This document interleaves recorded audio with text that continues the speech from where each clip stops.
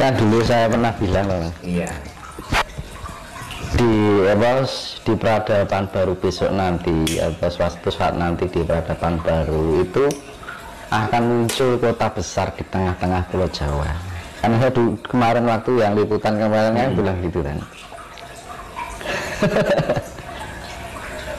Dan itu juga ada hubungannya dengan Keraton Solo.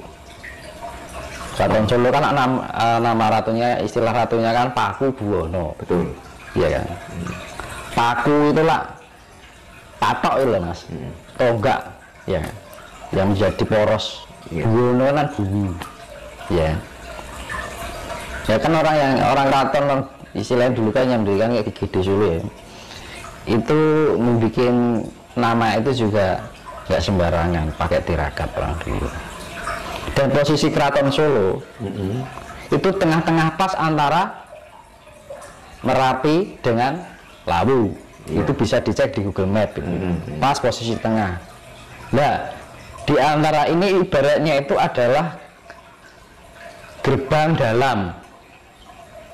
Nah, gerbang luarnya dari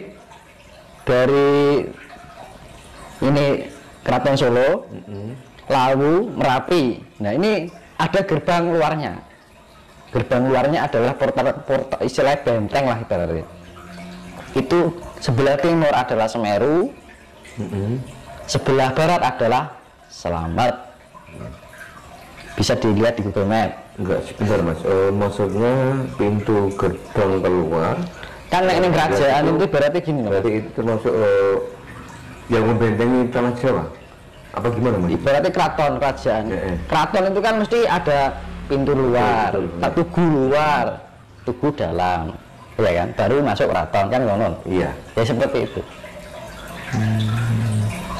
Bisa dicek di Google Map. Jadi ini Keraton Solo.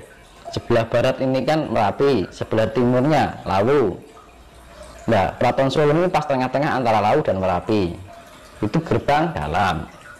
Portal gaibnya gitu mas, portal dimensinya itu. Jadi semacam bentuk kayak gerbang, kayak gapura lah berarti nek keraton. Nah, gapura luarnya itu adalah timur adalah Semeru, baratnya adalah Slamet. Itu bisa dicek di Google Map.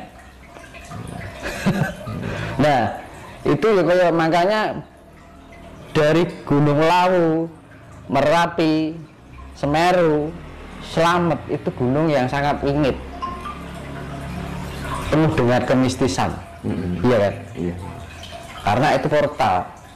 Baratnya benteng dalam, benteng luar, gapura dalam, gapura luar. Pasti keraton kan mesti ada gapura dalam dan gapura luar kan, benar-benar. Untuk memasuki keraton kan mesti enek gapura meneh kan, ada gapura lagi. Iya.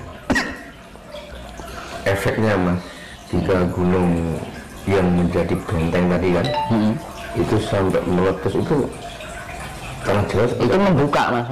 Justru kalau meletusnya itu membuka dimensi. Membuka dimensi. Iya, portalnya dibuka. Kan ada namanya dimensi itu ada pintu portalnya, garisnya. Ada potensi enggak untuk dari gunung itu untuk meletus? Karena selama ini kan kita mengobrol radio kan tidur. Pasti ya. Pengaruh mas. Dan itu sangat luar biasa.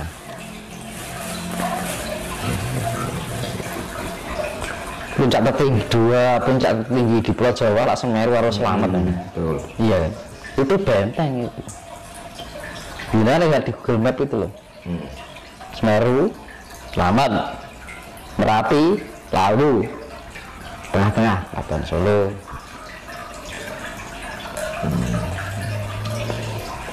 Karena seperti saya bilang dulu, Solo ataupun area Lawu ini adalah peradaban manusia pertama yang namanya Meganthropus paleojavanicus, ya kan? Mega besar, Anthropus itu manusia,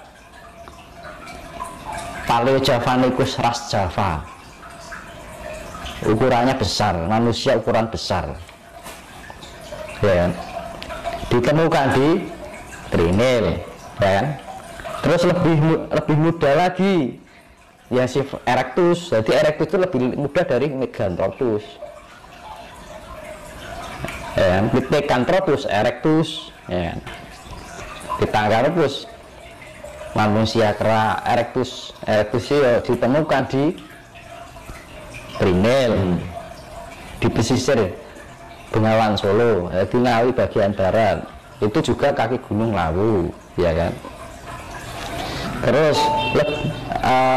Pithecanthropus mojokertensis yang ada di Gunung Penanggungan, dekat kaki Gunung Penanggungan Mojokerto.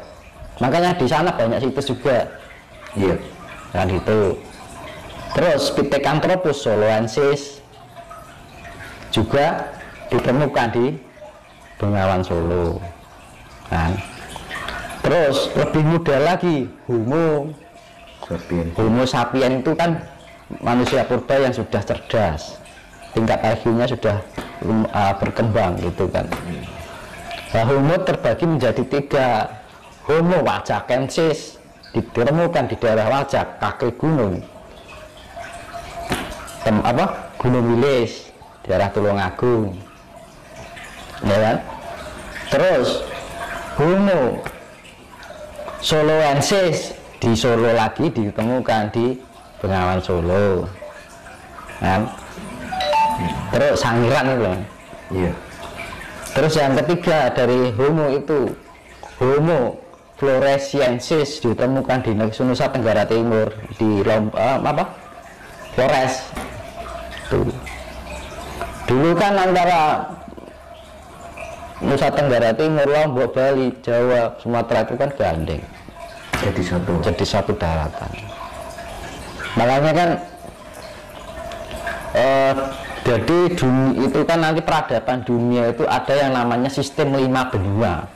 Sistem 5 benua.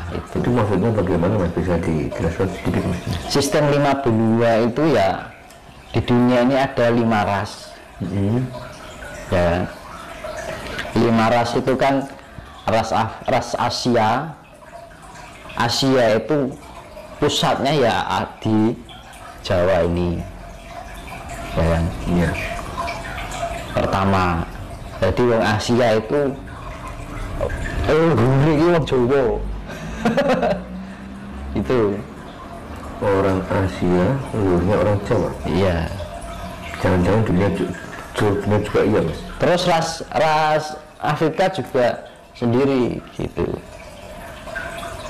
Terus ras Eropa di Britania, Inggris, itu leluhurnya orang Eropa. Ras Amerika, Dominika, dia ada Dominika itu leluhur orang Amerika. Cina di mana?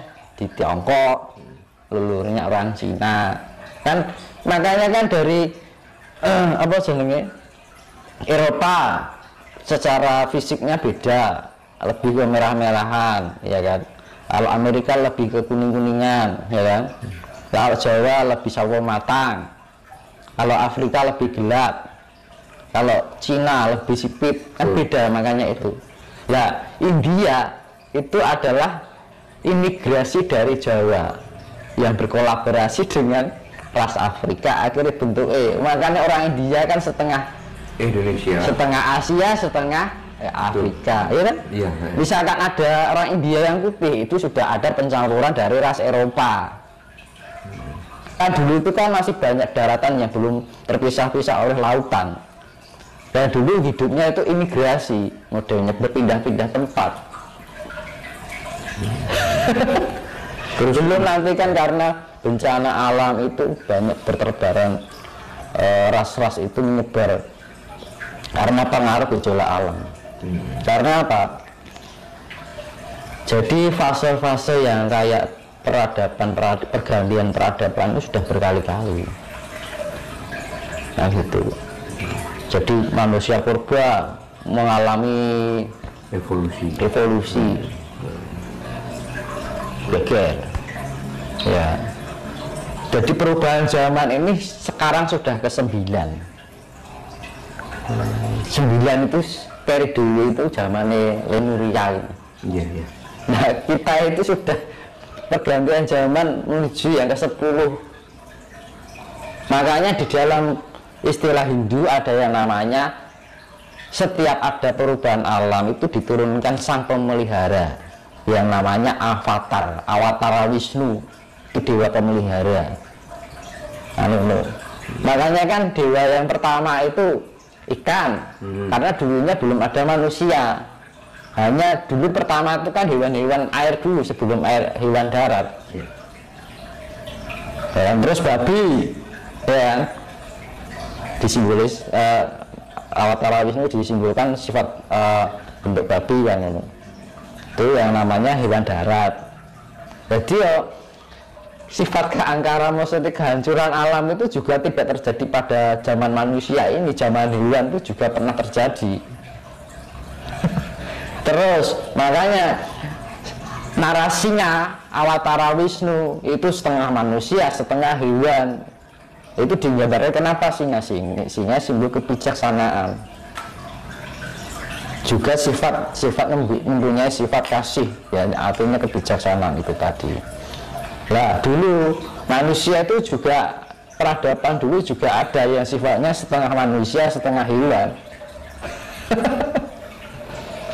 Nah itu makanya pergantian peradaban ini sudah dulu ibaratnya di zamannya Lemuria dan Atlantis itu sudah pergantian yang ke-9 dan ke-10 yang ini. Berarti kita termasuk generasi yang ke-10 terakhir dari peradaban itu. Dan nanti Gusti Allah nyiptakan apa meneh kita bukan urusan kita ya. Betul. Kita berpikirnya sekarang zaman kita aja. Itu awat, makanya sing diarani Kalki Awatara ya kuwi Mas. Awatara Wisnu yang ke-10 itu yang terakhir. Mula diarani Anoman itu Mas.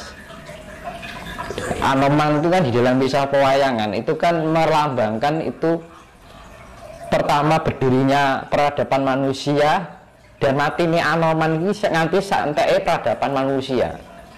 Jadi kalau di dalam pewayangan ini Anoman gak bisa mati Mas. Matinya entek peradabannya manusia.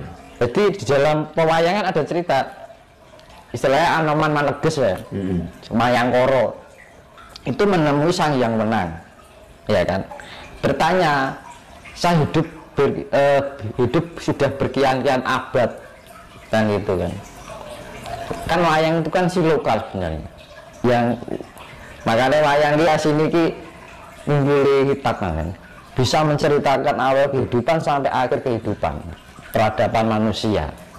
Wayang itu menceritakan, nah itu luar biasa leluhur kita itu ngerti sak durunge minara sing gawe wayang.